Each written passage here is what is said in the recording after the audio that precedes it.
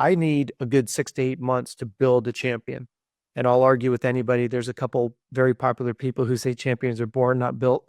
I vehemently disagree with that. If you're on this side, I've had champions that we've built that outworked way more talented athletes. And I see that all the time. Newer and is always better. I mean, the psychology of that should be obvious to anybody. And I get excited. Oh, I get to test Pro 7. It's new, right? I'm all excited. I'm as excited as a dad is. When you're going to the track, maybe new's not better. Maybe you should stick with what you know. Don't go try new shit on race day. It's not worth it. I can only imagine you're getting a phone call saying, all right, money's not an issue, and we're getting beat consistently by this rider. So what does he have that we don't? Whatever, you get a bike, right? There's always a kid who's just got a big hole shot. And then there's a kid who's way behind at those races. You as a parent cannot come off that race and be like, oh, we didn't get the good bike that the winner got. And I know there are parents who will say that.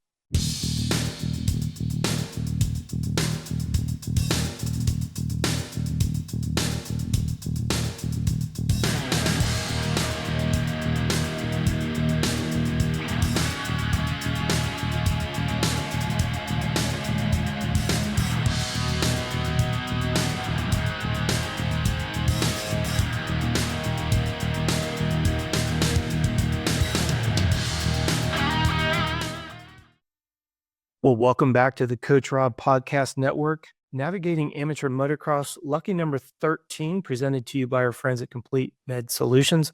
Mr. Derek Harris, the man, the myth, and the legend, is back in the house. How are you doing? Good, Coach. How are you? I am doing great, man.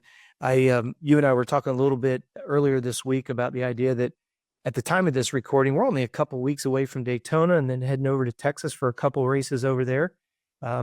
I don't know what your thoughts are. My phone's been blowing up with some very, very, very interesting questions. Well, maybe we'll take a dive into those depending on how you're doing on your side. What are you seeing and hearing on yours, if anything, relevant to Daytona and these Texas Nationals? Yeah, same old. It's actually crazy how you get older, years fly by. So I feel like, oh, wow, we're already here, number one. And if you're a family feeling that way, that's probably a problem. It's interesting that you said that, and we say this in almost every show that we've done together. What we don't do is we don't script our conversation. And just for those of you who may be new to the program here, one of the things that we've always wanted to do with this show is give an opportunity for parents and young riders some kind of insight as to what are the best doing, or what have the best done in the past. And Derek and I haven't even spoken about this. And Derek, it's interesting you bring it up that way, because over the last probably 3 to 4 months, a lot of parents are coming to me saying, hey, Rob, we've got Daytona in a couple weeks. What should we be doing to get ready for Daytona? And I found that is a very, very interesting question, because with all of my clients, we have, let's just use Loretta, since that's usually where most of the amateurs are heading for. We get to the end of Loretta's and then we take 4 to 6 weeks off after that. So let's just wash out August. Let's wash out the first 2 weeks of September. And then after that, we get into what's called periodization. We start building a foundation. Literally in September, we start training for a race in August. When you're looking at motors, and I don't know how far you are out in regards to building motors, shaking motors down, getting feedback from families, I need a good 6 to 8 months to build a champion. And I'll argue with anybody. There's a couple very popular people who say champions are born, not built. I vehemently disagree with that. If you're on this side, I've had champions that we've built that outworked way more talented athletes. But from a motor standpoint, how does that flow pattern work for you? Like, what's the sweet spot for you based on what you've done with previous champions? If it's a really well-established package from us, if you're looking for an 85 or a Super Mini or something like that, it's not a new bike. It didn't come out this year or something like that. And, the new 85 KTM is new, but the engine is the same as it was. So it's just little stuff. We can basically use our existing knowledge and build what we currently know how to build. And then it's just a turnaround time. And a lot of people expect things to be able to be turned around immediately. And that's unrealistic for a host of reasons, right? Like, hey, even if I could build that start to finish in a day, which is a somewhat realistic time frame on like a brand new engine, we can do the assembly time frame in that time. But what about parts availability? Or, for example, my shop schedule, meaning I don't just wait around for one guy to call me and then put your work on the bench. Unfortunately, we have to run a business that is busy every day. And that means that we have a little bit of work that's lined up and a little bit in the backlog, and you're kind of managing that all the time. Well, if you're looking to let's say you wanted I'll give you a great example though on Super Minis. Okay. I'm low on cranks right now. We purchased 60 out of Europe, and VHM made those for us. And that was like 2 years ago. It takes a year for that to get made and produced and shipped to us. And then shipping and importing and all this headache, right? So I got to think about, what if KTM changes the bike? Well, we had heard rumors they were. So I'm like, well, how many do I order, right? Well, now we're almost out. Now there are other solutions in that, in that time frame. But when I had all 60 on the shelf, if you said, hey, I need one quick, no problem. Now it's like, hey, I'm kind of out. You need to get on my list, and I need to budget, and I need to pre-order it. I need to have all this done. What about OEM parts? Let's say you have a rebuilt engine. So it basically comes down to, if you got a big race coming up and you really want to be prepared correctly on the engine side, you probably needed that done to your door a month before that event. And then let's back that up. How long do I need? Well, if we schedule it in, I probably need a week, right? So if we're like, hey, we're on the schedule, we called a month ago, you're going to send it in this date, we're going to line that up. Okay, we need a week. That's going to be a little bit of build time, whatever. If we want to dyno it, whatever, plus time to get it shipped out. Plus, I got to intermix you in with other daily stuff, right? So so you start thinking about that. We're backing up a month from the race, and then let's say a week from the build when you're scheduled, and then you had to ship it in. It has to get shipped back. And then some people don't seem to mind spending money on overnight shipping, but I don't think you should be spending money on overnight shipping. That just means a lack of preparation. And, if your bike blew up, that's one thing. But if you're trying to prepare this, why would you want to give FedEx all your money? So at the end of the day, that process probably starts 3 to 4 months out of, let's say, a spring national, where like you need to be thinking about that. And then you need to check with a shop like us, like, hey, can you do this in this time frame? Because I'm going to have other guys who are on that time frame, right? So like, if you're in a Loretta's winning program, that process started after Loretta's last year, which is, hey, we're going to want more motors next year. We're going to get new bikes here. This is the motors we're going to build. This is how many we're going to do. We're going to shake them down here early in the year. And then if you're like on the elite side of it, and you want your bike to be a little better than last year, well, that takes R&D time. So what we need to do is, we're working every year, but that means you still need to go test. So here's what you like.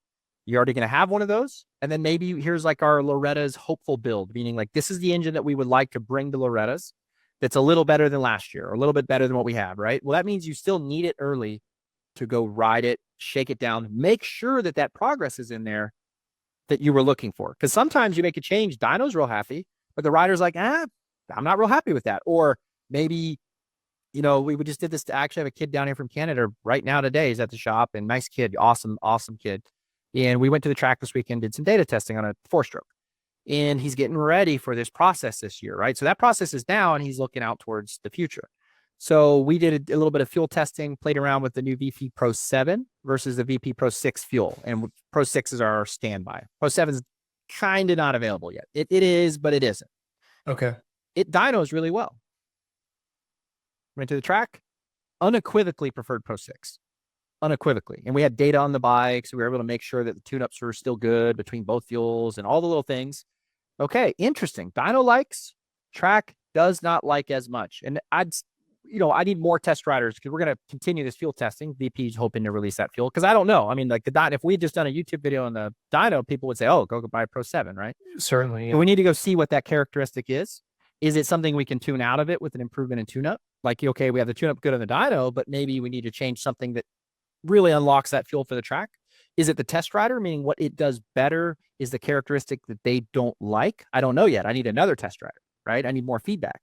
And that's that process getting ready for Loretta. So as of right now, instead of leaving the shop thinking we're going to run Pro 6 or 7, he's going to run Pro 6 for now. And then as we continue this process, if Pro 7 continues to show promise on the horsepower side, we need to line out this track process, right? And then that's going to take time. So if you're one of those guys who wants to be ready for Loretta's, you can't just say, oh yeah, okay, yep, Pro 7, put it in and go race, right? This is that testing time. So spring nationals are about 2 weeks away. This individual may or may not do them. It's a pretty darn good thing that they didn't just show up to the spring nationals running Pro 7 when they clearly preferred Pro 6 in this particular scenario. Please forgive me if this is an ignorant question, but I'm mesmerized by this conversation.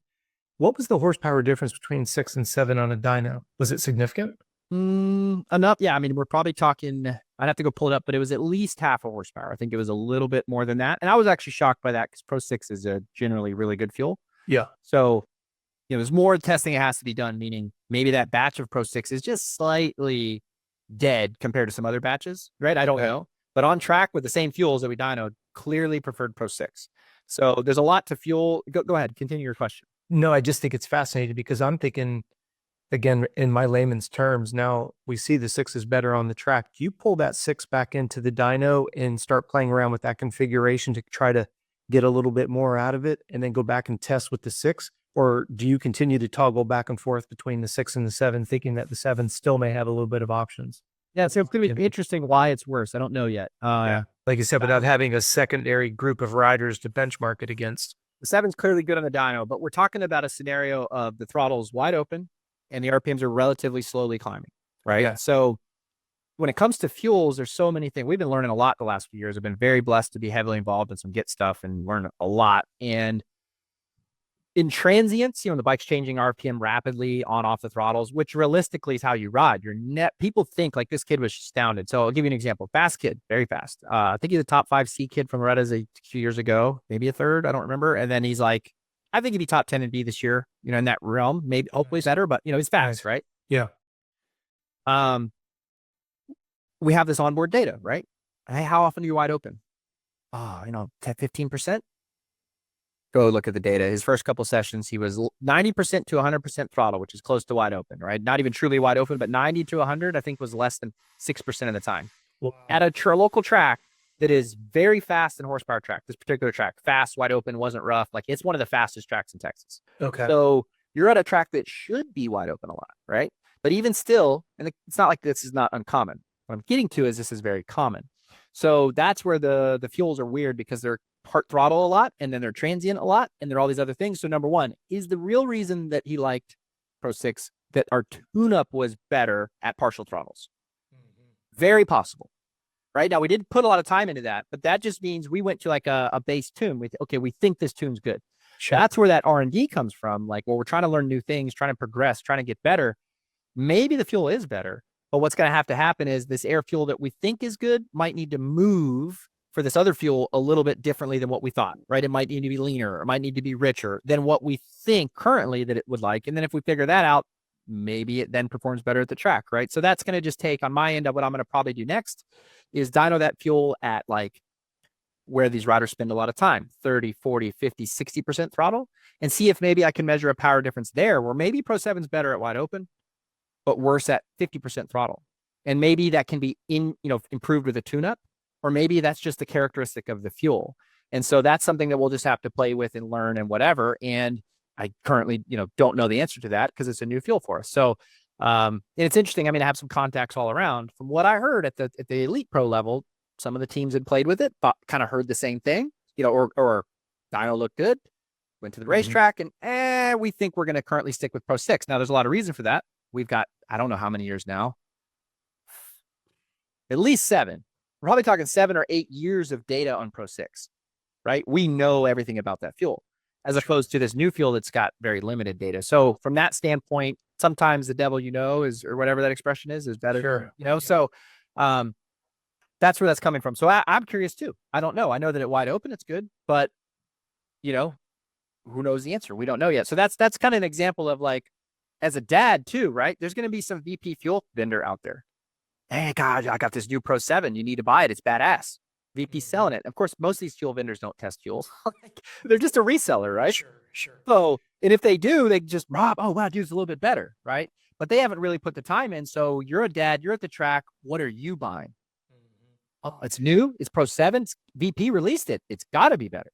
Yeah. Right. I mean, I see that all the time. Newer and is always better. I mean, the psychology of that should be obvious to anybody, but it's unfortunately we're all victim to that. I mean, I get excited. Oh, I get to test Pro 7. It's new, right? I'm all excited. I'm as excited as the dad is. So that's something you got to keep in mind when you're going to the track.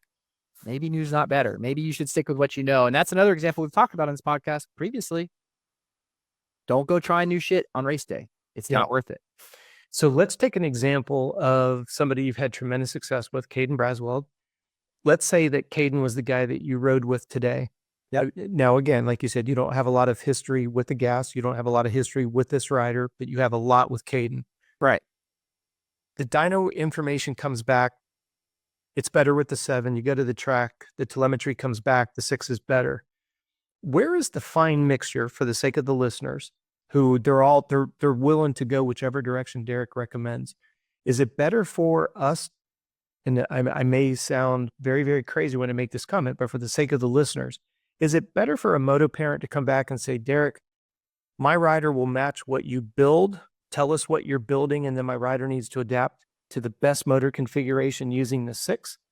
Or do you keep trying to chase how the rider, because you mentioned that you were looking at the data feedback, 6% wide open the majority of the time, 45 to 50%. Do you configure the motor the way they ride, or do you have let's use Caden, or would Caden match the way you configured the motor?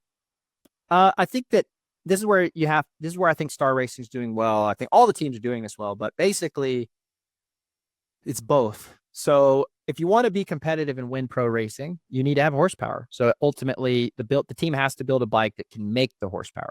Mm-hmm. And then it's going to be the rider's job ultimately to get it all out of the bike. Now there's some times where there's some horsepower that you make, it's not accessible, it's not in the right spot. And that's a very common flaw within the industry. It's like, oh, I got this huge number, but it's literally at the rev limiter. Well, the rider can't live at the rev limiter. There's no room to go. Yeah. And so if you can, which isn't always the case, you would take some of the power from up there and move it a little earlier to where they can access it. So you might lose some top, gain a little bit of front, and you get a little bit better bike.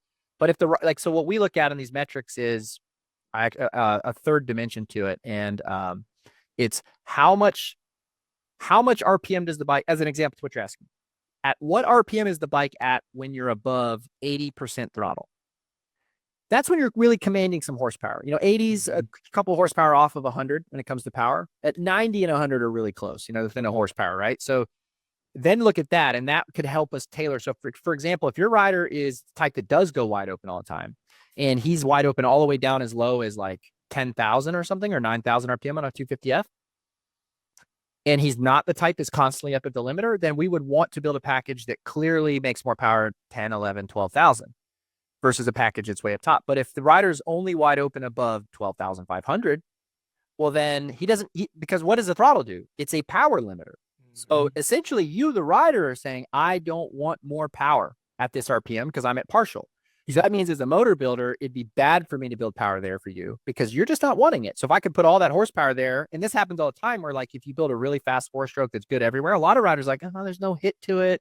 It's not that exciting. It's because what happens is it makes so much more on the front that they don't get to it early because they don't need it. And then when they do get wide open, they're already up at the top and there's no additional power maybe up there than before, and they can't feel a difference.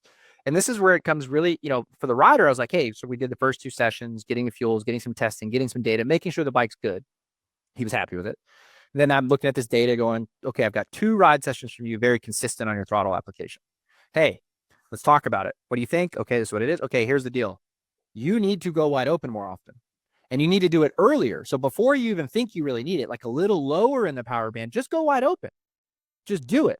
Because if you actually follow a dyno chart, power requires airflow, right? But at lower RPMs, you're not exceeding the amount of airflow that you could have at partial throttle. So if I dyno the bike at every throttle position, usually it makes the exact same power from half throttle to full power all the way up to, let's say, 8,000. Because the bike's not commanding enough air early enough. It's just saying, hey, I got enough air, at this partial throttle. It's where the RPMs start to climb more that those throttle differences show a difference. So obviously it makes sense that the rider doesn't need to go wide open way down low, right? Because there's just no extra power there. They know that, they feel that. But at the same time, once you start diverging, let's say 9, 10, 11,000, there's a divergence. Hey, I want you to wide open it at 8 because the power is going to be the same as you would be at partial, but it's kind of that mental side of, but we're going to get everything out of it as it climbs. We're going to get all of it out of it, right? And so he went out the next session, and I think we went from like 6% or whatever it was, I said, to, I think we got up to like 15%, 90% above. Wow. They really made a riding adjustment. And it probably was just a difference of like an 1/8 of an inch or 1/4 of an inch of just a little bit better and being cognizant of just making that effort. Right. And so I would say we build engines to tailor them mostly to, we want to make horsepower and want to make it in, and over the years we've developed where we think that needs to be for the most part. So all of our packages on the 4-stroke side do not lose front side anywhere. We pick up everywhere. Yeah. And we generally are also trying to pick up an equal amount up top, right? We're doing that. But over the last few years at the pro level with Caden actually onboard data at outdoors and supercross and stuff, we realized that some of the power that we were capable of building at 10 and 11,000 RPM was just never used. They're not wide open there. So why am I focusing so hard to do that when I could place that power a little higher when they finally get to wide open? So that's kind of just looking at that data. Now, on the flip side, you go to Supercross, they spend a lot of time at 9, 10, 11, 12,000 and very little time at 14, 15,000, right? Sure. So that's where you say, okay, we maybe do have a little bit different spec if we're building both Supercross and motocross, tailor it more to the rider in that scenario. And that's another example of, sort of ramble on here. No, this is mesmerizing because I'm getting a completely different perspective, and it's actually prompted me to have a few more questions here. So continue with your thread of thought. Please exhaust your thought. It's good. Yeah, it's some of these riders are not aware. For example, when they say one brand bike's faster than another bike. Okay, I'm not talking mods, or just a Yamaha or a KTM or this or that or whatever. And they're like, oh man, I got on it. It's just fast. Yeah. When you go look at the data and you're like, well, you weren't even wide open. What are you talking about? So what they're judging those bikes on is this partial throttle performance. And it's very important to how a bike feels, right? So how fast it comes through the RPMs at low throttles is almost like, do I need to use a clutch or do I not? If I'm low RPM and I barely touch the throttle and it goes rough, or it goes rough, the rider thinks that other one's faster. And in that scenario, you got to tell the guy, look, dude, turn the throttle more on this other brand bike and you will be rewarded with, if the dyno says that they're about the same, you'll be rewarded with more power. The problem you're having is that you're judging the bike on these partial throttles, which is where like a company like Yamaha has just made their bread and butter. They have figured this out. They know this data. They've looked at it. They've really sampled a bunch of test riders and said, what makes a bike perceive as fast? And all the test riders come back and say that.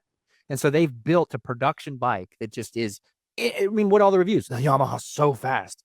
Yes, really not on the dyno. And it's not in a drag race if you go wide open. But that partial throttle performance is just out of the world on this bike. And so they as a company have honed in on that. And as an example, they've really listened to their market and then put power where their market thinks they want it. Now, if you want to win national championships, and you can go ask Club MX about this, that doesn't translate to a pro capable winning bike. Sure. To go beat Star and to go beat PC and to go beat KTM, you better have power at wide open throttle. Because those, we watch Deegan ride. You telling me that his throttle ain't going all the way? Right?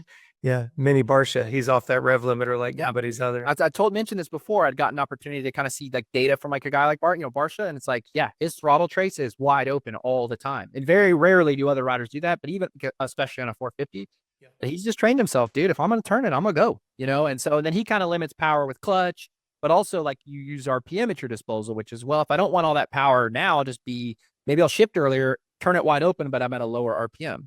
But then that goes back to what we talk about. That gives the bike room to accelerate. Whereas if I'm wide open up at the limiter, I'm hitting that limiter. It's just banging up against a physical limit of RPM, which is connected to your rear wheel. That engine is directly connected. So if the engine is stuck at an RPM, that wheel is stuck at an RPM, which means our speed is stuck at an RPM. So that's an example of, hey, just grab that next gear and get wide open and let it eat. And, that's where riders nowadays, they see what's cool as a young kid. And then they emulate what's cool, and then they create these habits over a long time, right? From a 50 onwards, they're just kind of creating some bad habits. And hey, that sticks with you for life. It's really hard to get those out of yourself. So it's always, start thinking about that stuff. You just caused me to create some more questions. Let me create a scenario and you tell me if you've experienced it before. So I'm a dad. I've got somebody that I race, whether it's locally or nationally, maybe both, right? And you're building his motors and I keep getting beat by him. And I call you up and I'm like, Derek, just build me the same motor that you built for that guy. That's not going to work, is it? Because if I understand you correctly, that rider may be somebody, all the things that you described, maybe he spends 12% at wide open instead of the average 8, or this or the other. How in the world do you appease a dad who's like, I bought a motor, it's supposed to be faster than his, and you're saying, yeah, but your son's not your rider, son or daughter, is not twisting the throttle at the same percentage that the other guy is. The motors are the same. Let's just assume, right? Right. If we're benchmarking motor against motor, how do you not get ostracized where they're like, oh, so you're telling me my rider is not as good as that rider? But if I'm understanding you correctly on the characteristics of the motor, the answer is yes. Yeah, so that's a challenge. And very hard to measure partial throttle power, at least in the way that it is on the track. Like we can measure partial throttle power hit the shop, but the transient speed's so much faster on the track. Mm-hmm. Dyno like you race. Well, unfortunately at partial throttles, it's really hard to do that. So there are the high end dynos, like the OEMs have dynos that could probably do it very well. And we have one that probably can. I haven't messed with that one that much yet to learn this. That's one of the reasons I bought that one. But I had one client. I didn't know this, right? They called me up, emailed or whatever, and said, "Hey, I want a stage 3 national 85." And I think that we talked about this in our podcast before. And so I built it for them. Like, sweet, that they know what they want. Yeah. Turned out the kid wasn't that good yet. And I say good relatively. Sure. Any athlete who's like chasing amateur is chasing Loretta's. If you're even at the area qualifier, you're probably better than 85% of anybody who rides a dirt bike. But he wasn't like a national kid yet. So then they called me up, "Hey, his first ride, it's just he doesn't think it's that fast. The bottoms, he doesn't seem any better." And I'm like, "Well, I know it's fast. Like we know this package is good." I'm like, "Well, tell me a little more about your son." And it kind of came out to me that he's a little bit scared of getting on the pipe a little bit, right? Because that's scary. And I'm like, "Okay, hey, try to rev it a little bit more next time. Let him get on the pipe and see what he says, and do both bikes." And so I get an email back like almost immediately, like I guess the same day they were probably riding it. And she was like, "Oh my God, he says it's a rocket ship. It's just so fast." And I'm like, "Okay, thank God that we're on the same page here." Cause I'm like, "This motor broke or, Sure. but the kid just wasn't quite probably in need of that package. So that's a scenario where, hey, if your kid is getting beat because he's not using all the power that he has, and then he's getting beat by one of our clients who maybe is using more of the power, you can give him all the power you want. If the kid can't use it, it's not going to make him win. Now, on the flip side of that, I think sometimes, let's say the start, your kid's aggressive on the start, willing to turn the throttle, right? And you're just getting beat a little bit. And then you go get one of these packages and all of a sudden you start getting these hole shots. That's a confidence breeder because then the kid thinks his bike's fast and then that helps him in the race, So it's a catch 22, but yeah, it is really hard. There's a comment on Instagram that I told you I like to stir the pot, right? So yeah, you'll probably see HP Race Development posts on political stuff. And like, if you chase it around, I'm out there somewhere, right? And so I should get a personal account. But at the end of the day, somebody said, on a posted XPR post, and I love their social media. XPR is crushing some stuff. They're doing really well. Somebody said, "Hey, so-and-so, hey, Chad, what's the next best mod for my 350 after your ECU?" And I replied to them, "A faster rider." That's the best mod you could put on that bike, right? I mean, and I don't, this guy wasn't Eli Tomac or Deegan or, so sorry, you're probably not as fast as them. If you were, that bike would go way faster. And that's not meant to be mean to them.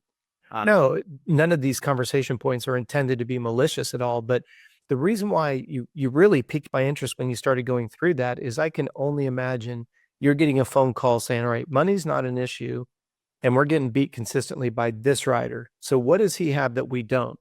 Maybe it is an engine package. They emulate the exact same engine package, but still get abysmal results. The one that I always like to go to, ironically, you just brought it up, is starts. Yep. Right? You could literally dyno 25 bikes. They're all exactly the same.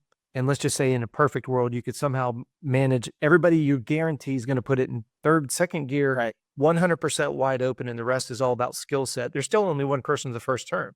Yep. And That's an example to that is, I think, really good. And I want parents to question themselves on this. Yeah. I love this example.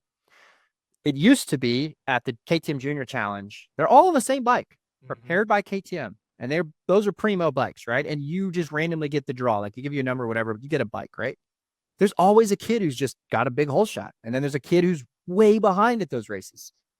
You as a parent cannot come off that race and be like, "Oh, we didn't get the good bike that the winner got." And I know there are parents who will say that. Absolutely. "We didn't get the good bike. They did something." It's like, no, dude, you got an identical bike. And now it's even more because they're doing the electric bike. So like, hey, these bikes are dead even. I promise you. So when your kid is not dead even with the whole shot winner, then, and on those, there's no gears, there's no clutch, there's no shifting, there's no nothing. So you're telling me that you couldn't, that the reason your kid can't get the start is coming down to just can't turn the throttle fast enough? That is clearly an example of it's your kid. Now, that's not a negative. Like, hey, that's a great opportunity to say, you know what? We are on pretty equal equipment. So why don't we go try to get good at this one little thing of racing? Let's get good at starts. I always tell parents, like, to me, that's a fundamental. I was great at starts, but I worked at it. It wasn't good at it first, right? And all of a sudden, I crushed starts my whole life.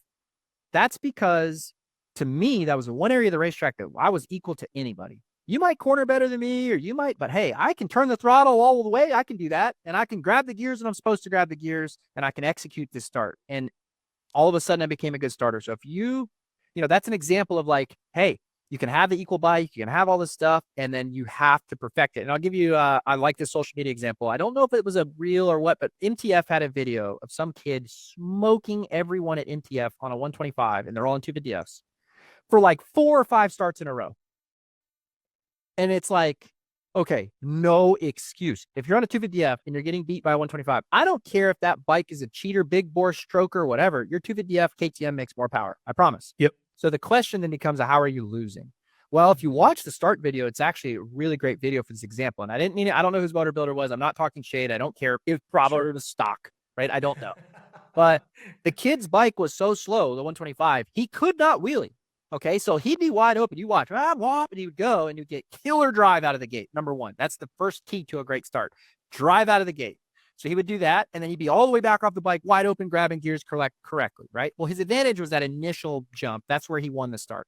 But then, of course, he didn't screw it up by missing a shift or not holding it wide open or not getting into the corner. But he pulled him from inside to outside on that gate, anywhere he wanted to go. And if you watch the video, like I said, the bike was so slow that it could not wheelie. So like he didn't have to worry about it. You just watch him just go wide open, Robb, go, and then he's wide open and he just grabs gears. And he would yank off the back of the bike and it didn't even hint at a wheelie. So the point of that is it horsepower that's holding your start back or is it technique? And in my opinion, it's if the first 40 feet of any start, you have a great 85 kid or a great 250F kid, they can compete with each other. That first 40 feet are very rarely horsepower limited. They're almost always technique limited because you can't put down all the horsepower you have. So in that example of that 125, I really think the bike was in need of a service and a freshen up and a little bit of, or somebody's done a great job of tuning it down to where that kid just could apply 100% horsepower consistently, repeatedly, every single time, not worry about looping out, not worry about a wheelie, and the bike just drove forward and he got killer starts. So to me, if you're always, if you get jumped in the first 5 feet and you're telling me that's your motor, nope, I'm sorry. That's 100% you. And there's time, I've seen starts. There's a kid at Loretta's a few years ago out of Texas and super mini, super fast kid. And he had 10 feet on some bikes around him out of the gate. And by the end of the first turn, he got mopped up. Like your bike was slow. That's a clear example. This kid was a national champion too. You have a slow bike. But for the most part, if you are out front of the gate, and you'll see this time and time again on hole shots, if you're out front of the guys next to you in the first 10 feet and you don't miss a shift and you don't let off the throttle, I guarantee you, I don't care how slow your bike is, minus this one kid I saw, look at this whole shot, or you'll be, for example, okay, you're 125, 250Fs and you get that jump, but it's a long straight, you're still going to end up in the top 5. They might motor by you a little bit, but that jump is worth its weight in gold.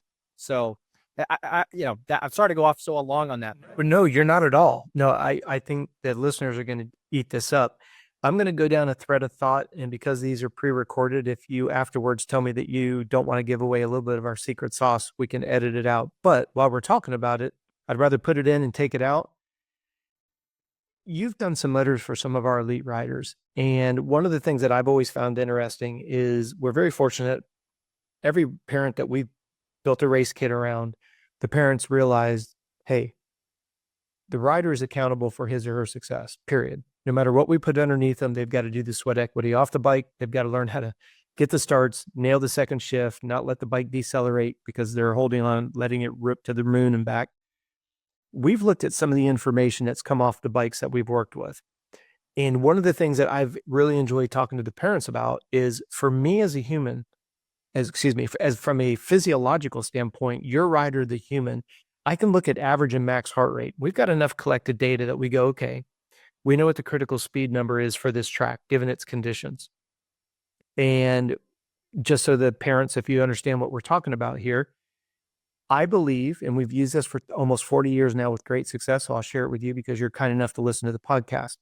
Every time you go to the track, lay down a 5-lapper, figure out what the condition of the track is. Just because you were there last Tuesday and you were running a sub 2-minute lap time does not mean today's conditions is a 2-minute lap time. Throw down a 5-lapper, pull out the fastest, pull out the slowest, average the other 3. There's your critical speed number for the track given the conditions. There you have it, okay? Derek, you and I have looked at some of the information from some of our top riders. We can get within 2 to 3 heartbeat, average and max, knowing whether or not the athlete was comfortable enough with the bike that they were able to push the bike to its numerical limits that we found on the dyno.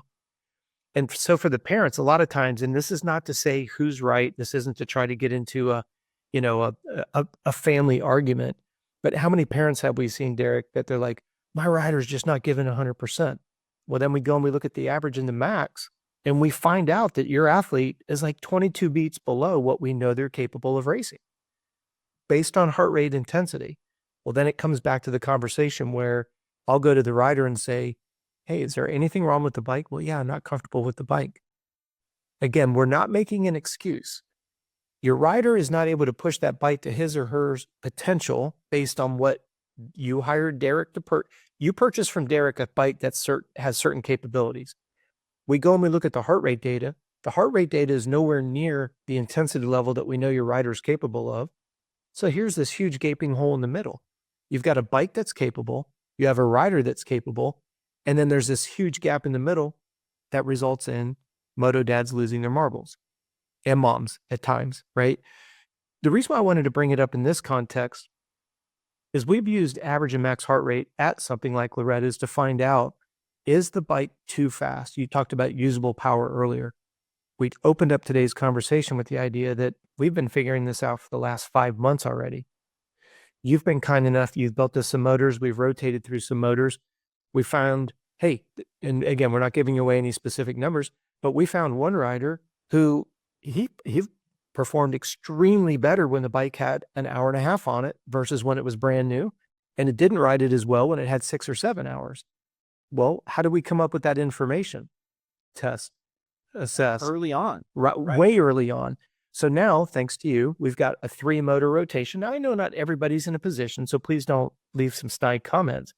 But thanks to your feedback, you've helped us understand, all right, we're now on a 3-motor rotation. Now it's a practice bike. We're not keeping it at 1.5 and rebuilding the bike for this spoiled brat. That's not what we're insinuating. What we know is when we get to the regionals, we know that a motor is not going to, the motor that he's going to get on the gate with will have an hour and a half on it, not 5 and not 0.2. Right. We found where the sweet spot is at, give or take a little bit on either side. And that comes through some testing. Well, and that's why I wanted to share with everybody. This isn't something that you and I nebulously talk about. We apply it on a weekly basis. We tested, when does the motor produce based on the rider's feedback? The rider's feedback, i.e. heart rate data. But one of the things I hope that the parents will listen to, and blame Robb, okay? I'm very fortunate that every rider that you've been kind enough to build motors for, those riders know how to give feedback. And that's where I think there's a big disjoint, because the parents, particularly a moto dad or mom that has a racing background, they talk directly to Derek. Stop. The rider's got to talk back to Derek and I said that incorrectly. The rider's got to give feedback to Derek. What is it doing it? What is it not doing? Like you said, Derek, you're complaining that the bike is slow. Well, twist the damn throttle. Yeah, if you're not wide open and you're complaining it's slow, well, then we got a problem, because I'm not here to build you horsepower. I'm here to build horsepower. To get there, you got to go wide open, right? So, but you didn't tell the kid that he's ugly. You didn't tell the kid that he's slow. You're like, the motor's built to do this. Yeah. And when I'm listening to you, you're not doing what the motor's configured to do. Now, with a little bit of, like you say, a little bit of bump of courage, right? All things like, oh my gosh, comes back and the bike is a fire-breathing dragon. Now my human telemetry has a lot more merit because you're riding the bike the way it was configured. And that to me is a perfect day as a physiologist. When I look at heart rate data and I know that Derek's rider, one of our CRS elite team riders or factory riders, is pushing that motor to its limit. And when he pushes that motor to its limit, the body can absorb anything that the track serves up. That's a perfect race. Now, our goal for Loretta's, and we're already there, all of our riders can do a 40-minute moto with less than 1 second deviation. That's just facts. And it's only February. So that makes Daytona, a 6-8 minute race, seem like a cakewalk. Why? right. The overload principle. We're ready for 40s. We're only going to be racing for 6. Our warm-up is longer than the race moto. That didn't accidentally happen. And I don't want to sound like we're leading with a heavy thumb, but when I go to Daytona and I listen to the bikes based on what you've educated me, I can tell if they're ringing the bike out. If they're ringing the bike out, I know what its performance profile should look like. The rest takes care of itself. Yeah, I think it's funny. I can usually tell if somebody's truly wide open or not. There's a lot more intakey noise to a bike. You kind of, so a lot of these kids on these 2-strokes, you'll hear them just like, kind of sounds hollow and tinny up top. Yeah. You're like, because they're not wide open where there's a whoop sound to it. Right. Okay. And so A lot of times you as a dad don't really know that. Well, he's revved out, he's screaming it. Yeah, but he ain't wide open. And there's a difference there, right? Obviously, well, what does a throttle do? It limits horsepower. So unless it's wide open, we're limiting some portion of horsepower. And an example would be if it made full power not at wide open, then we have too big of a throttle body or too big of a carburetor, right? Because there's no extra power by going further with the opening. So that's kind of like something you can use on the dyno to tell, hey, if I have like 90% throttle in the dyno and the difference is 3 horsepower from full, probably need a bigger throttle. Whereas if I have 90% throttle and it's like almost the exact same, okay, then our throttle side, something we use as a shop as a metric is, maybe our carburetor or throttle body is about the right size, right? Because clearly there's not much more power between the two, but it's not quite all the way open. Well, then making it bigger won't make any more horsepower. So that's something to keep in mind. But yeah, 100% right. I mean, that's these athletes. You have to have a bike that's fast enough, and of course, I was told this years ago, and I didn't agree with it. Now I kind of do. Some shops like, oh, you're not ready for this package. We don't want to sell it to you. Some of that salesmanship, right? They're just going to try to level you into more and more money. But if you're a C-class Loretta's kid, which is we've joked on the show, probably some of the fastest bikes at Loretta's, on average, so lags are like, I can buy the win, And if you're at that level, you probably really don't need the absolute best bike there is. And I always tell parents, if you're really in that class, I know it's a busy week, but if you're the dad, take the time to do this. Maybe not if the kid can do it, right? We've talked about the heat load and the workload, but if you can, you should do this. Go watch a C class. And then usually they place them right before a B and an A or vice versa. And then go watch the B, go watch the A. And if you just put earplugs in and just watched or sat inside something quiet, right? And just watched and didn't listen to the bikes and watched on an aggregate, everybody. And then you really told me that the difference why the B guys and the A guys on aggregate were faster than the C kids, you just watched get off the track and you really think it's the motor, you're not watching. Yeah. The difference of entry speed, mid corner speed, all these little details are visibly way different. So in that sense, I always say, if you're a C-class kid, you're 10 seconds a lap off of the fastest B-class kid, right? And that would mean you're a mid-pack C kid probably. You just got to get better. Just work at it. Whereas if you're a C-class kid, you're winning the C-class, right? And you're only 2 seconds off the best B rider. Okay, yes, you still need to get better, but now you can at least make a genuine argument to me that if you were doing that on a stock bike and the B kid was on a factory level bike, okay, maybe the bike's playing a little bit of a role here. Sure. But you can't make that assessment when you're 10 or 15 seconds lap off the pace. Because if I watch you coast into a corner more than the next guy, or I watch you tear up, be terrible at the midweight early entry and you bobble and all these things, sorry, you weren't even turning the throttle yet. So why would a faster bike help you out? And that's, with Caden as example in the outdoors, were we off from a factory bike? 100%. Like they have the best budgets in the world. And how much are we off? Don't know. You kind of watch, you assess, you look. But there, when you can still go find, hey, Caden, you're a little bit slow right here. I can just see it, right? Were you able to get the jump? Yeah, you got the jump. The hard jump to get out of a corner. Okay, well, you got it. Maybe it was easier for the factory guy, but that wasn't holding you back. And it wasn't holding you back because of this or that. Like I could see coming into this turn, they were just split back and better here. And that, right? That's the honesty of just trying to get the best out of your athlete and your rider. And then if that rider, like if you can tell when a guy's riding the wheels off a bike.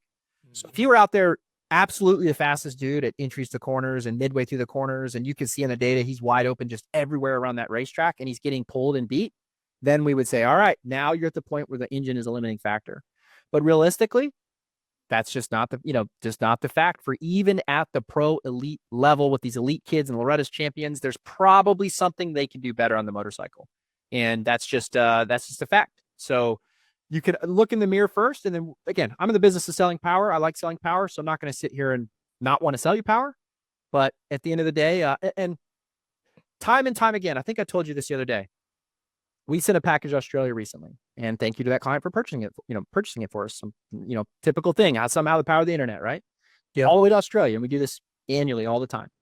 He compared it against another really, really good package down there. And we beat the package by 3 horsepower.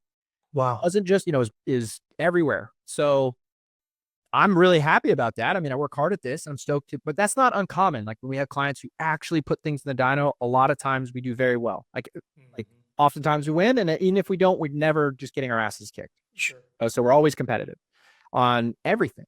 I had a client in Canada years ago on a super mini, same thing. How much does it make? And I quoted a number that was lower than most dynos, but kind of where we were at. He put it on. He's like, wow, it's 5 horse over what we quoted him. And this is the fastest thing the shop's ever seen in a dyno. And I'm like, well, I told you it was good. He's like, well, I didn't think it was that good. I was getting quoted other numbers, but I decided to go with you.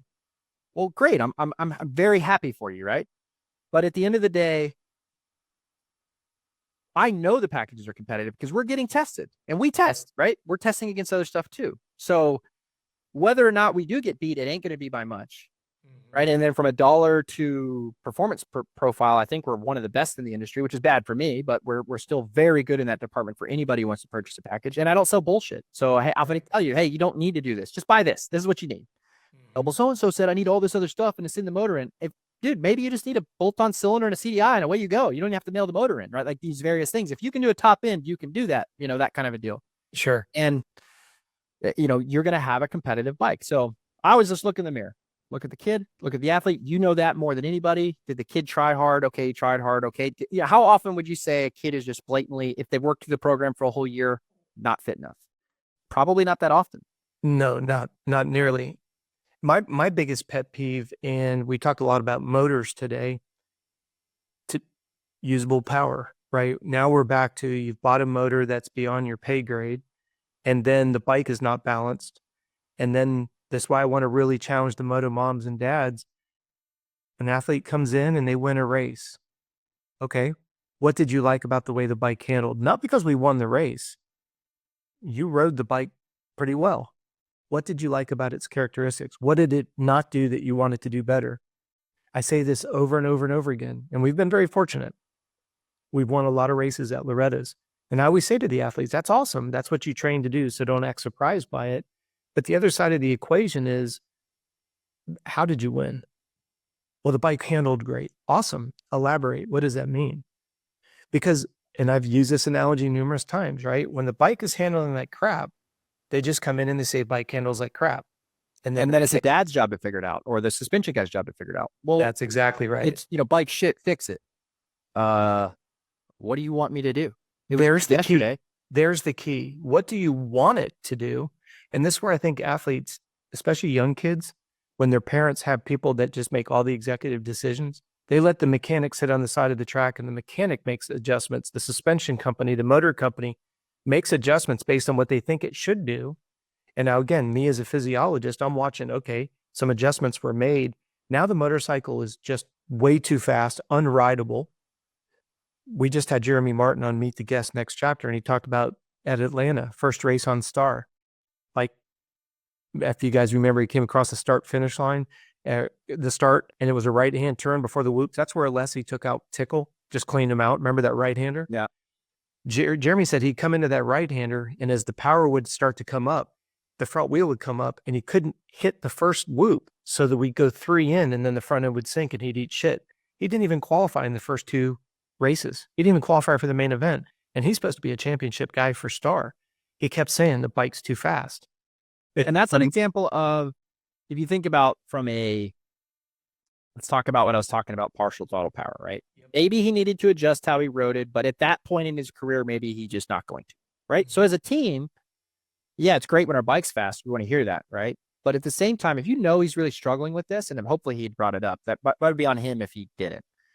All right, I'm going to go in here in this ECU, and we can collect this data. Star can collect this data, right? And you say, okay, yeah, I've seen the whoops. Oh, dude, you're 95% throttle, but you're at 5,000 RPM. You've just been trained maybe over the years or all these other bikes that you can do that, right? Yep. So you're in this muscle memory habit. That's how you're going to ride. So what we would do is just go back down the power in those areas so that it delivered in a way you could ride the bike. Now, this is very rare, right? It's very rare that you get that. But a guy like Jeremy might have been trained that way, right? Hey, just turn that throttle early, wide open. Yep. And he may have been on teams that they knew that, tailored a bike to him, or maybe the bikes he rode were built in a way that just delivered that way, right? All those things. So, like you said, rideable power. And that's where I think that, I didn't mean to interrupt you. I'll let you go in after this. But like when you hear about the 450s, all the 450s, right? In the magazine say the Yamaha's fast, or the KTM's smooth or slow, or the Cowie, for example, the Cowie 450 now is the 350 of 450s. They're not really talking about peak horsepower. They're truly talking about those partial throttle power deliveries. And I know this is why KTM does this. And I'm 99% sure that this is why Cowie did it. And now the new Honda did this. So maybe Yamaha's the outlier. Okay. Meaning they're selling the wrong thing to sell for a guy, but they're selling it because it reviews well. It wows you right off the gate. Sure. So they do it. And it is exciting. Everybody I know who rides one's like, oh, it's so awesome. It's like so exciting. But then they all bitch about the same thing. I'm looking for more, I want to be able to go faster on the race. Well, then your bike needs to be slower. No. Yeah, it's not literally slower, but you need to tame it down a little bit so that you can get to wide open more frequently, right? That kind of deal. So that's what they're all selling now. And Honda, which made a big chassis change, magically also, people don't realize, really slowed that partial throttle character out. And all of a sudden, the bike became way, way better in reviews. Had they just done that last year, they probably would have gone up 2 notches in the reviews, right? Just motor. And the same with Cowie. They realized that, and KTM's had this for years, where nobody thinks that KTM's a fire-breathing dragon, even though it's one of the best bikes in the dyno year in over year out, because of some design things they've chosen to make it just very rideable. And I think in a chase like J-Mart or your kid, or I mean, we see this with super minis we build. I think 112s are too fast. Yeah. I still build them. I truly think they're too fast. Like, I really don't think kids can get all out of them, especially at a track like Loretta's. When I ride one of these 112s we build on any color bike nowadays, oh my God, through 4th gear, you can power wheelie. Yep. So I'm like, if that kid's telling me that he's wide open and he can't go faster, how come he's not lifting the tire everywhere? Because I can do it on the street in 6th gear. And you're 25 pounds heavier. Yeah. So like, you're telling me, what happens is they're not always wide open. And then they're over revved a lot. When they are finally wide open, they get to where the power sign's off, because that's where they can use it. Yes. So you as a dad have to be like, hey, and that's the scenario. I actually sell a lot of 105s because of this. I'm like, hey, where are you at? Well, okay, are you top 10 Loretta's kid? Are you top 5? Are you hoping for Loretta's?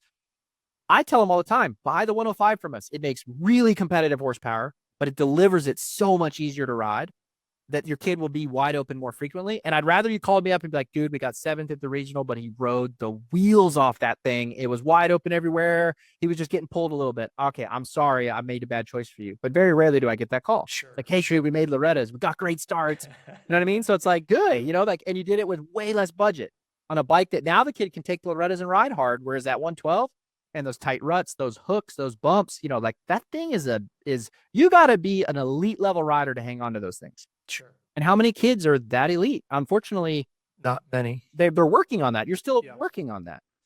Well, and you didn't interrupt anything, and I appreciate you chiming in on that. But where you just left off is exactly where I was going to go. We talked a little bit earlier about the idea that you've helped educate me on the importance of a motor rotation. So yes, we've chosen a motor rotation of 3. That seems to be our sweet spot. One of the things that I've heard from a lot of the riders is they've been impressed with, they are actually feeling the marginal difference between the bikes being rotated on a regular basis. And again, we're not rotating them every 3 hours, but the rotation is keeping the discrepancy between bike to bike to bike minimal.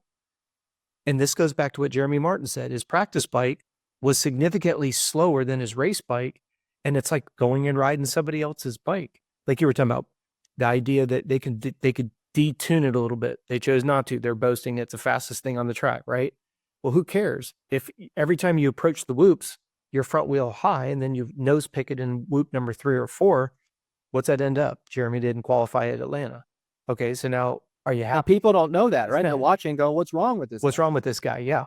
And then they blame it on his height. Oh, he's so short. The bike's too tall. Well, then you hear Ricky cutting the subframe down and doing all these different things. But what I want the parents to really hang their hat on is, does your rider know how the bike, and this is something that I would ask anybody who's listening to start challenging your athlete, how much different does the bike handle at 10 hours versus 15 hours? Notice I use the word handled, because if you're freshening up the suspension and the motor's got 25 hours on it, now the suspension is better than the motor. Then you go and you get the motor refreshed. It's got no hours on it, but the suspension's completely clapped out. So now you got a motor that's delivering a boatload of power, but the bike's completely shot because I see this yin and yang, and that's why we started out today's conversation. I'm getting hit up with people saying, hey, what's going on with regards to my athlete for Daytona or Freestone? I wanted to kind of ask you, because this wasn't the show to get into.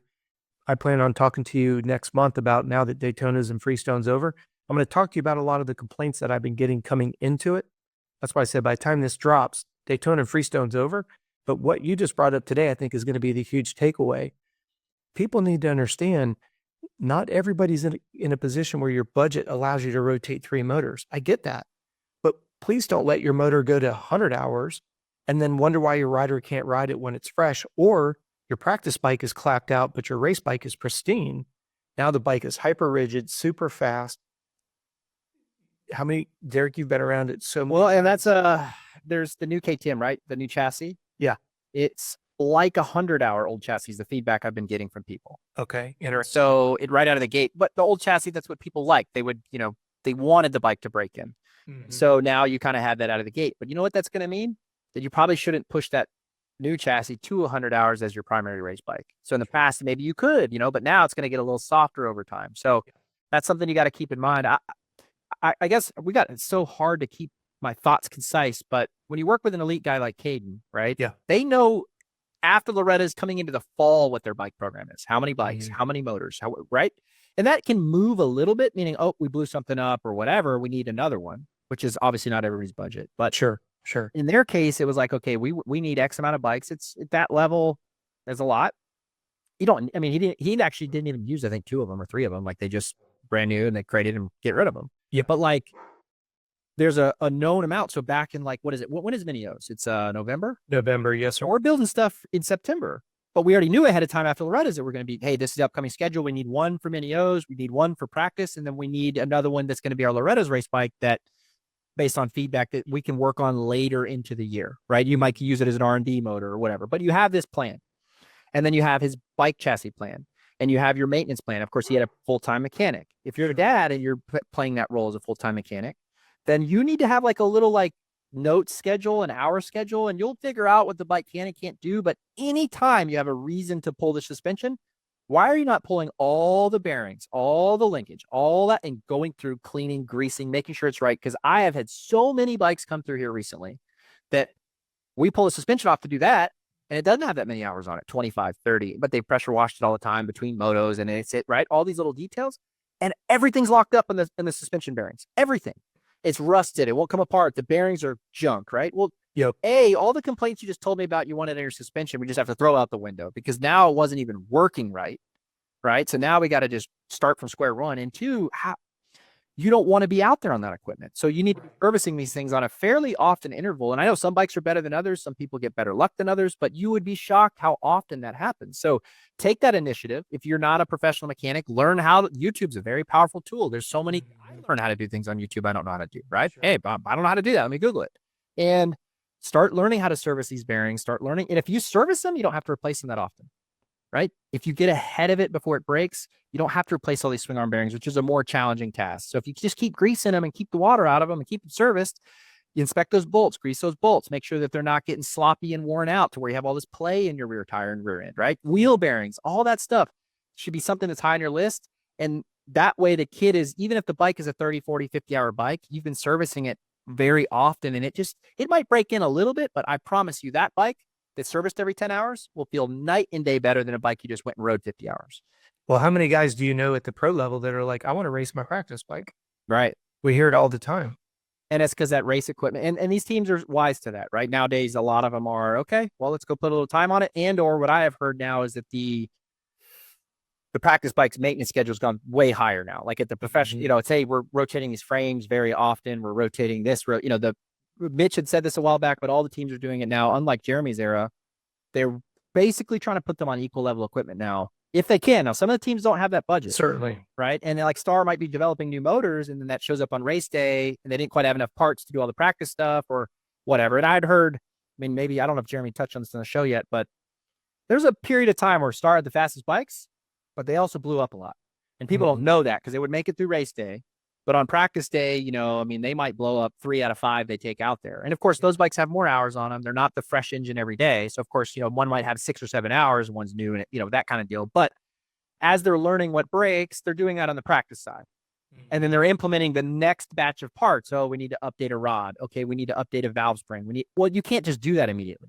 So you go through the budget of parts you have, and you say, okay, we fix this. Next batch, we get better and better and better to probably the product they have today, which is probably rock solid for 30 hours, that kind of a deal. But that's and I hate to say this, if you're a parent, you think the factory level is not a shit show because your amateur side's been a shit show. Unfortunately, you'll get on some of these factory teams and it's still a shit show because they're trying to win races, and that just breaks stuff. It just breaks it constantly. I think this is not confirmed on my end. McAdoo said, "I blew my ACL in a crash outside of my control." What do you think that means? Yeah. Motor. Something. Yep. Right. So odds are, unfortunately, it's a new platform, and very unfortunately, things happen. So, and granted, you don't know the whole scenario. Maybe it was a motor because of a lack of oversight on a mechanic or this or that, or you never know what happened, but that happens at the pro level way more often than people would ever want to admit. Two things on that right there. This, number one, is why most factory teams, in fact, I think all of the big OEMs have a test rider, and it's always for the 450 riders. So it goes exactly to what you just said. If something's going to get grenaded, it's not going to be your top asset. It's going to be somebody that's hired just to do that. The other thing too is, and I need your help, my brain tells me it's either Sexton, Jet, or Webb. Who was it after the first or second round in Supercross said, we finally got the bike to where it's comfortable. Now we can work more on training and less on setup. Do you remember who that was? Gosh, the more I think about it, I keep going back and forth. At first, I want to say it was Sexton, and then I'm like, no, it was Sexton. And it was Jet as well. Jet said that because they tested the first 2 weeks, and then he could just kind of go to Florida and do his thing. Chase has kind of already been in that in the offseason. I think that's why he showed up in round 1 the way he looked. He was really good there. But yeah, Jet was saying that, and that's another aspect. Oh, how do we talk? Go ahead. No, the parents need to really lean in on that, because that's a factory rider with almost an unlimited budget saying there's a difference between working on setup and then working within certain parameters and then just going to work with those parameters instead of always waiting for it to get perfect. It's like there is no perfect. There is no perfect. And again, I think parents sometimes think that that's what I need to buy, the perfect motor. I always ask this question. Yeah. You're at Loretta's. Things are going terribly. Kids bitching about the suspension. It's unrideable. Yep. Okay. Well, how did you show up like that? Please explain this to me. Oh, you went with a local shop like HP, and you think that Factory Connection, Enzo, Race Tech, PR2 is going to be better? Okay, because they're there and they're vending. Okay, you can tell me that that's a mistake, but how come your bike got you to Loretta's? Yeah. Like, how did you get through the regional? Oh, we've never been on a track like this before. Well, I'm going to have news for you. You ain't never going to be on another track like it. Yeah. It's Loretta's. And so the kids who have spent a lot of laps there, we've seen this year when we've worked with really good kids, it's like their first year, it's just a shell shock. Like, I don't even know how to ride this racetrack. But then it opens your eyes up to what you kind of need to work on for the next year, what to expect, how tight it is, how tough it is, how the bumps are. I mean, you're talking about a racetrack that has from 50s to 450s on it. Yeah. For 6 days, nonstop, sunrise to sunset. You think those lines from every skill level, from vet to C to super mini to 85 to 65 to pro you think those lines are going to form like your local track lines form? No way, Jose. Hell no. And then on top of that, you go to your regional, they split them up. You got a big bike regional, a little bike regional. So the lines at the big bike regional form a hell of a lot different than the little bike regional. That's not the case at Loretta's. Right. And then on top of that, it's literally probably the perfect 85cc track. It's just tight, right? But on a 65, it's really gnarly and rough. And on a big bike, it's really tight and slow. So you're never going to have suspension in a bike that's great. But my question for parents is, okay, your suspension's terrible. The same stuff that got you to Loretta's is just junk. Yep. How much lap time are you going to get by going and getting it done? Give me a number. And if that answer is you really think it's 5 seconds a lap, I have never one time seen that in my life. I have never seen that. If you just had bone stock suspension out there, you would never be more than a second or two a lap off at max of your best speed. Now, I get the comfortability, right? We're talking about this, your ability to push the whole moto. Yep. But you really mean to tell me that you're going to go we talked about this in the show. You're going to go buy suspension from so-and-so at the race. Kid's never ridden it before. You're going to throw it on. There's no real track there to practice on. You're going to go hop on in the motos on a track that he has. The conditions are unknown to you, and he's going to be better. So really, granted, you want to work with one of those companies, develop the relationship. That's the easiest way to do it at Loretta's. Great. I mean, I'm all about that. That's why they spend a lot of money to be in the pits, by the way. They're spending thousands and thousands of dollars to advertise that. So good on them. Yep. But at the end of the day, how did you get there? So that's the thing. The bike will never be perfect. It's the question of, can we build an adaptable enough rider? And then it can, like you said, here's a window that's a functional bike. Maybe we're on the edge of it at this race, or maybe we're on this edge at the race. The bike's right on the edge of where we want it to be. But can I build an adaptable rider that doesn't require the bike to be perfect all the time? Can he make up for this? And guess what? Jet, after he won that mud race, unfortunately, on live TV, which was bad for Honda, but they don't know them on camera, goes, "Hey guys, the bike was total shit in those conditions." You know what I mean? Yeah. And your Honda going, "We just won this race, right?" Oops. Yep. Jet, whether the bike was shit or not, still won. So, Well, and this is where I get so fed up, and I'm just going to call a spade a spade. And if anybody listening to this owns it, I apologize. But, you never have arm pump in an area. You never get arm pump at a regional. And then we go to Loretta's, and then we get a good start and we go backwards. And then after the race, we look at heart rate data. Everything looks great. And we talk to the engine builder. We download some data. The bike rode well, it performed optimally. But in practice, everybody said the bike was perfectly balanced. It was great. But now all of a sudden we get a good start and we go backwards. And then this makes my blood boil. I got arm pump. Really? That's so convenient. You essentially went backwards at the nationals, and all year long, I've never heard about arm pump. You've gone through 6 bikes. You've gone through 12 motors. Your suspension is almost the same. Practice, you never mentioned it. And I think I'm going to say because you got a good start, and because you went backwards, you're going to blame it on arm pump. and let's say you got it. That's just, right. Let's say you really got arm pumps, right? You really did. Well, why did we get it? And I think we've talked about this in the podcast before. There are reasons you can push I have heard I have some friends, and I know some like Caden. He's like, dude, I don't get arm pump. I could go as hard as I want. I don't get it. But maybe his ability to actually push anaerobic, he just had a hard time doing that. You had to get the best out of him on a day. Like he had to really want it. His aerobic base was so strong, combined with his threshold, combined with how he rode a motorcycle. He didn't grow up trying to ride 1-lap sprints. He grew up trying to race motos. So like he had conditioned his body to really struggle to, he's a long diesel engine in comparison to like me. I was a sprint athlete. Sure. But if you get out front, you forget to breathe for 6 corners. You didn't quite get the rest you wanted. You're going really fast and your brain's processing like you talk about in a manner that's a little bit outside your scope. And then all of a sudden, then you blow up and you got arm pump. I believe you, but we should be trained enough. You should know this by now. We talk about this. You talk about this. You talk about it. Your athlete said, hey, take some breaths, get recovered, get this lap in, get recovered, and then let's charge forward again, right? It's not like, and then I see, like you said, you can tell in the data. Sometimes they say they got arm pump, and you're looking at their heart rate data going, you didn't get arm pump. You didn't even push it. They get passed, they get frazzled, they get mentally weak, and then they make the excuse, they go backwards, and they gave up on themselves because they didn't win or they were not, hey, aren't you here to learn to get better? That's that Canada athlete. I don't know where he's going to shake down. I hope that he gets all the results he could possibly want to get, right? Sure. That we had a chat with his dad the other day, and it's not privilege or anything, but just basically like, hey, we don't really know where we're at, but we really feel like we're in a good place right now. So, whatever. The point is though, like I was like, well, they're talking about racing stock, racing mod, all these different things. And to me, it's like, well, where do you want to be? Do you just want to be a Loretta's kid and get success there? Or do you want to be a pro? I want to be a pro. Okay. Well, at the pro level, are you going to duck who you race? No. So at the amateur level, we see it all the time. They all race stock in the B classes because the mods, all the factory boys. Well, if you're really going to go against them down the road, right? It's okay. They beat you. Yep. Let's see where we're at. But you go win a stock class title. What is that worth? I don't know. I don't have an answer to that, but I've seen kid after kid after kid do it and not get a ride from it.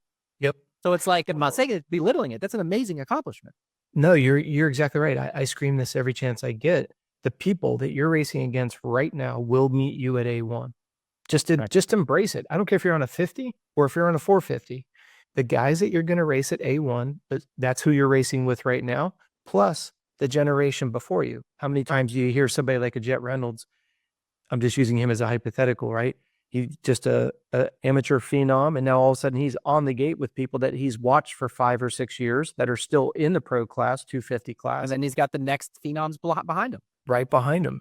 Something else that I want to throw out there, and I don't know if it's going to be relevant. I think it will be. I want, if you guys, you mentioned a little bit earlier, Derek, that the idea that the best are going to, the cream always comes to the top. And I think back to that year in Super Mini class when, and if I were to just ask the listener, if they were with us live and they could all type in, who did they think was the winner in the Super Mini class that year? You had Daxton Bennett, you had Casey Cochran, you had Logan Best, and you had Hayden Deegan. Those were your top 4 guys. They were about 15 to 20 seconds ahead of 5th place. Who do you think the public would say was the fastest of those 4 riders that year at Super Mini class? They would probably obviously say Hayden Deegan, I would assume. Yeah. And nobody could touch Daxton Bennett. You remember Daxton was 1.5 feet taller than everybody, looked like he was going to roll his knees backwards on the bars. Right. My point for saying that is what I love is if I were to ask anybody that was listening to this, where was Jet Lawrence 11 years ago today? Nobody would be able to know. Right. Right. And the point being is exactly what you just said is learn and then learn and then learn and then learn. What is it that Dazzy says about Jet? Everything we did wrong with Hunter, we corrected and Jet reaped the benefits of it. And actually, it's a great evidence of those people really do learn because the second one, quote unquote, because Hunter's unreal, is better. But we can argue that he has more talent. But odds are, if you really did apply everything you learned with your first son and your second son had the same level of talent and you applied it correctly, he should be better. He should. And that's what Dazzy says. Dazzy said, this result should be there because of what we learned from Hunter. And that's unfortunate for Hunter, but how else do you learn? You got to go through it. And Hunter, that's right. You know, and then let's be honest, like Hunter went through way more injuries. So, up until now. So he should be behind, right? We'll never, I mean, obviously they probably think Jet has more natural talent, but we'll never really know at peak to peak who's better. I've heard on certain practice days, Hunter's fast. Like absolutely. And I've also heard to think about the shootouts. Hunter beat Jet, I think, at 2 of them. Right. Yeah. So, yeah, we've never seen 100% of Hunter. He came here tired. He came here with stomach issues and he never got out from underneath. Hurt, his shoulder injury now. Yep. On top of the Daytona last year. So what did he hurt? He hurt his shoulder. This is probably a nagging, lingering, kind of a deal that he just lived with. Now that's trust. He did it in, I'm assuming. So, but if you go back to what we were saying, do you think Hayden Deegan him and Brian didn't take apart Loretta's that year when Daxton beat him? Sure. You could say, here comes the excuse bucket. Daxton was older. Daxton was taller. Daxton was more mature physically. Daxton looked like he was going to wrap his knees backwards on the bike. I'll never forget that left-hander right before the finish line. Remember how deep that left-hander gets?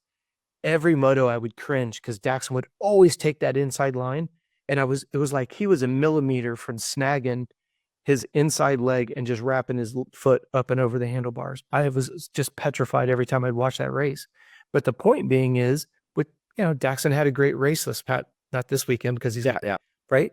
But look at Deegan, look at Daxton, look at Casey. It's funny you say that. Sad to say this in regards. If you're watching this, you're not one of these kids. You got to figure out how to become one of them, right? Yes. So, or one of these athletes, because it is true. Go look at the results from Loretta's from 50s onwards every year, and you'll know those names. Go look backwards. Go look 10 years, 15 years ago. Yep. It's what top 10 in the 50s oftentimes will be some guys in pro. Top 10 in the 85s, some guys in pro. Like it was known early on. If you can win Loretta's and you're a top 5 kid there, odds are you're, now there's the rare instance where some guys really stepped their game up that weren't great Loretta's guys. And that's actually what I think our goal would be is like, hey, let's build you into a pro. If you're an amateur, let's build you into a pro. So some of the things that you might be focusing on in 60s don't matter at pro. Look at Jet Reynolds. I think the kid still probably has a talent, but all those amateur titles have equated to nothing at pro. He probably went about the program in a way that could be reversed or a little bit different and is, hopefully he'll build, right? He's still sure. But you got to find a way to get your name in the hunt, to get your hat in the ring, and to learn to compete with those guys, right? And see the speed and be out there. Now, granted, we can argue all day whether Loretta's is really worth it or not, all these things. But the fact of the matter is all the guys in pro today came through that program, minus Lawrence's, and you're going to have to learn how to conquer it. So 100%. Well, guys, I hope everybody really, really jumped in on the note-taking this week because the things that Derek outlined, I think, are going to be a game changer.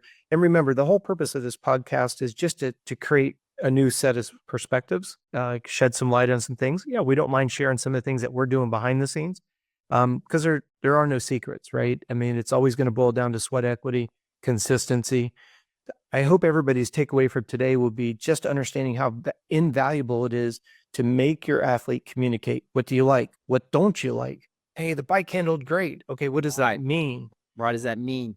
Hey, you're doing your kid a disservice. You said this earlier and I meant to speak up. Yep. If you have the mechanic adjusting the bike, not telling the kid why, you have the dad, the mom, just doing it for the kid, you're doing them a disservice because eventually they're going to get to a point where you need them to communicate. So like you said, even at an early age, just try to get them in the process of communicating. What do you like? Please. What do you not like? Let's, go test like we've talked about. Yep. But if you do them that disservice, they'll pay for it forever. Yep. So get them early on communicating, establish the habit and the thought process. And all of a sudden, now you have an athlete who can communicate to a suspension guy, to you, to mom, to dad. And when they become more knowledgeable about a subject, they don't just say the bike was shit. That's Come right. back and they say, the front end was a little stiff. I really struggled all moto. I realized that it was a little stiff, so I had to brake a little harder, trail the front end, or the front end was a little soft. I had to ease off. I couldn't charge the bumps as hard, but I know what it is. I knew how to ride around it because they are conscious about their motorcycle, right? And that's a lot better than they just couldn't ride it. And that's what I think is so important. When you tell me the bike handled great, you should be able to elaborate what that is. So tomorrow, when you say the bike is just a little bit off, what is it that you're searching for? If you told me what you like, then that gives everybody that's willing to try to help you, they know what you're searching for. And then the eyeballs, because every team's got a lot of eyeballs and everybody's contributing. Somebody may look at it and go, hey, try this. And it may seem counterintuitive, but it's a collective, but it all starts with feedback from the rider. And Derek, you know better than anybody because of all the factory teams you've been at and worked with from a mechanical standpoint. Show me one mechanic who would rather choose a kid that just answers the bike sucks and I don't know why versus I just don't like the way it's sitting in the corners. It's squatting here. It's pushing here. It's not doing this. The mechanic has a starting point. The chassis has a starting point. Suspension has everyone's got a starting point based on that feedback. RC considered a dumb as a box of rocks by some people, right? He didn't go to school, quote unquote, I'd imagine. But I don't think he's actually dumb, right? And I think that he's very smart in motorcycles because he was the best at it. And this Gypsy Tales interview, I didn't watch the whole thing, but I heard that short little bit when he talked about going to Suzuki and then some engineers coming over and working with them. What I took away from that was, and his tied now at Triumph, from what I have heard, that he's a pretty good test rider. And he's able to convey to engineers how to make a bike good. And so somewhere along the way, he became very proficient at that. And if you think that he didn't add that in his toolbox to be better than his competition, and I don't mean this negatively to James, but I actually think that that was probably a little bit of James's downfall, was that he wasn't able to communicate exactly what he wanted, how he wanted it, or maybe RC was better at that. And I'm not saying everybody knows RC's Honda setups were terrible. Sure. But he got what he wanted, conveyed it to them, and they built it. And he was willing to take ownership if the bike was the problem, because he's like, nope, that's what I want. And I think that that's something, if you can get that out of your rider and teach that and build it, you're going to be just same on the human performance side for you guys. Absolutely. Can they convey when they're feeling a little flat? And can they identify those signs early enough to avoid the fatigue? Yeah. Hey, you know what? I was listening to coach and I'm a little, my data's a little off 2 days in a row. I felt maybe something's up, as opposed to, let me grind through this next week. I'm on my path to Loretta's. Let me grind. And then I'm tired. I'm going to grind through. And all of a sudden, 2 weeks later, they didn't communicate. And now your rider's sick or your rider's sick, right? So, well, how many people you see get sick on Monday at Loretta's? But that's always the day that the crescendo comes to a head.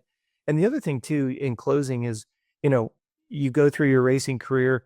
Brock Tickle's making good money as a test rider. Trey Kennard's making good money as a test rider. I forgot who's at KTM. What was it? KTM? No, they don't. It's Sipes, maybe. I don't know. Case not Sipes. Mo. You know what I'm talking about. Short's brother-in-law. Just really fast at the Rockstar Husky team for a little while. I think he's like, no, I'll think about it in a minute. But his nickname was Mo. But to everybody's point, though, the more you can give feedback, it makes you more valuable. Ricky being able to give more feedback allows him to be instrumental in that Triumph program. So I do agree. And I heard KTM's looking for test riders, meaning they're really struggling to find that. Well, why? There's so many ex-pros that could just, hey, I can ride pretty good, but they're not capable of communicating at a level that's necessary. So, hey, there's a job opening there if you're good at this. So why not get good at this? Well, get good at it now. That improves your 85 career, get better, improves your schoolboy career, get better, improves your pro sport, improves your pro career, everything.